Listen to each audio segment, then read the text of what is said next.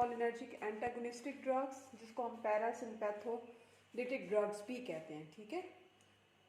इसमें हमारे पास दो तरह से हमने इसको कैटेगराइज किया हुआ है, मुस्करीनिक एंटागोनिस्टिक ड्रग्स और nicotinic antagonistic drugs. First, we'll study about muscarinic antagonistic drugs. Muscarinic antagonistic drugs include two types, natural and synthetic. Natural में हमारे पास हैज़ हमने निम्योनिक बनाया है, हियोसिन, एट्रोपिन, स्कोपोलामाइन, हियोसिन, एट्रोपिन, स्कोपोलामाइन, ठीक है। हैज़ ये निम्योनिक है, ये नेचुरल मुस्करीनिक एंटागोनिस्टिक ड्रग्स हैं। अच्छा जी, उसके बाद हमारे पास आती हैं synthetic muscarinic antagonistic drugs.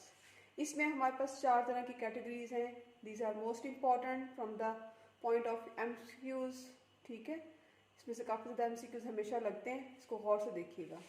Synthetic में हमारे पास एंटी एस्थमेटिक आती हैं, जिसमें हमारे पास इप्राट्रोपियम ऑफ ब्रोमाइड ये है, ठीक है, ड्रग ऑफ चॉइस, ठीक है। इप्राट्रोपियम ऑफ ब्रोमाइड हम anti asthmatic synthetic muscarinic antagonistic drug है। ये ड्रग ऑफ चॉइस होता है सीओपीडी में, कोरोनरी ऑब्स्ट्रक्टिव पुल्मोनरी डिजीज के अंदर। इसके अलावा हमारे पास इंट्रिंसिक एस्मा हो जाता है, ठीक है, इसके अंदर हम देते हैं इप्राट्रोपियम ऑफ ब्रोमाइड। उसके बाद हम सिंथेटिक का दूसरा यूज़ ये है कि सिंथेटिक जो हमारे पास मुस्करीनिक एंटागोनिस्टिक ड्रग्स है, ये एंटीपेप्टिक अल्सर में भी यूज़ होती हैं, फॉर एग्जांपल पिरांजीपाइन, ठीक है। जिन लोगों को मिड्रियासिस होती है, मिड्रियाटिक के तौर पे भी यूज़ करते हैं, इसमें ट्रोपिकामाइड और होमाट्रोपिन, ट्रोपिकामाइड एंड होमाट्रोपिन ये यूज़ होते हैं, ठीक है। इसके अलावा इसका फोर्थ यूज़ ये है सिंथेटिक मुस्करीनिक एंटागोनिस्टिक ड्रग्स का कि इसको हम एज एन एंटी पार्किंसन, जिन लोगों को हो जाए पार्किंसन के खिलाफ भी यूज़ करते हैं। उसमें हमारे पास आती है बेंस्ट्रोपिन, बेंजेक्सोल, प्रोसाइक्लिडीन, ठीक है। प्रोसाइक्लिडीन को हाइपोटोनिया जिन पेशेंट वाले पेशेंट में भी हम यूज़ करते हैं। इसको आप निमोनिक बना लें बीबीपी, ठीक है, निमोनिक है BBP, anti Parkinson drugs. B benztropine, B से आ गया बेंजेक्सोल, उसके बाद पी से आ गया प्रोसाइक्लिडीन, ठीक है। अच्छा जी, इसमें से अब जो एमसीक्यू है, ये एक तो ये आता है सिंथेटिक मुस्करीनिक एंटागोनिस्टिक ड्रग्स का इप्राट्रोपियम ऑफ ब्रोमाइड, कि इप्राट्रोपियम ऑफ ब्रोमाइड को हम कहाँ कहाँ देते हैं, सीओपीडी वाले पेशेंट्स में और इंट्रिंसिक एस्मा वाले पेशेंट में हम इप्राट्रोपियम ऑफ ब्रोमाइड को इंडिकेट करते हैं।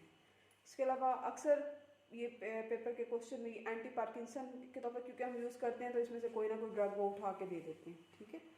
अच्छा जी, उसके बाद हम आ जाते हैं निकोटीनिक एंटागोनिस्टिक ड्रग्स के अंदर।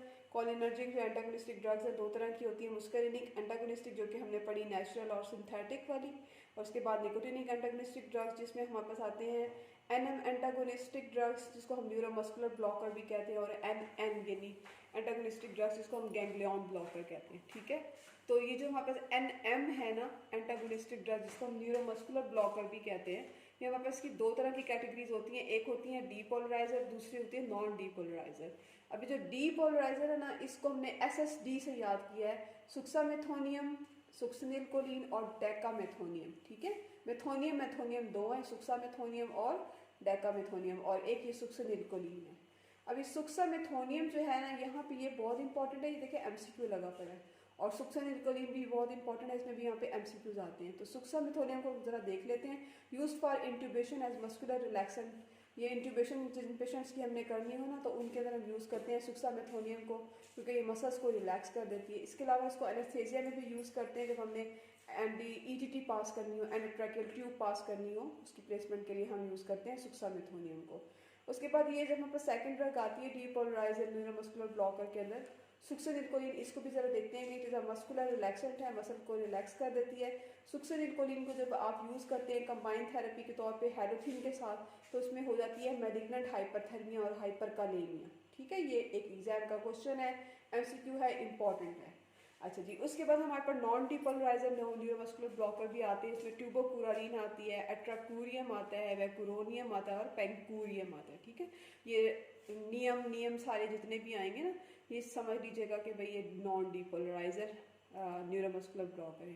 ट्यूबोकुरारीन, एट्राक्यूरियम, वैकुरोनियम और पेंकूरियम, ठीक है। उसके बाद हमारे पास निकोटिनिक एंटागोनिस्टिक में हमने न्यूरोमस्कुलर ब्लॉकर पढ़ लिए, जो कि दो तरह के थे, डीपोलराइजर और नॉन डीपोलराइजर। इसी तरह से हमारे पास गैंग्लियन ब्लॉकर्स होते हैं, ये भी दो तरह के होते हैं, डीपोलराइजर होते हैं और नॉन डीपोलराइजर होते हैं। जो डीपोलराइजर होते हैं उसमें 1 निकोटीन आता है, ठीक है, डीपोलराइजर में आता है 1 निकोटीन।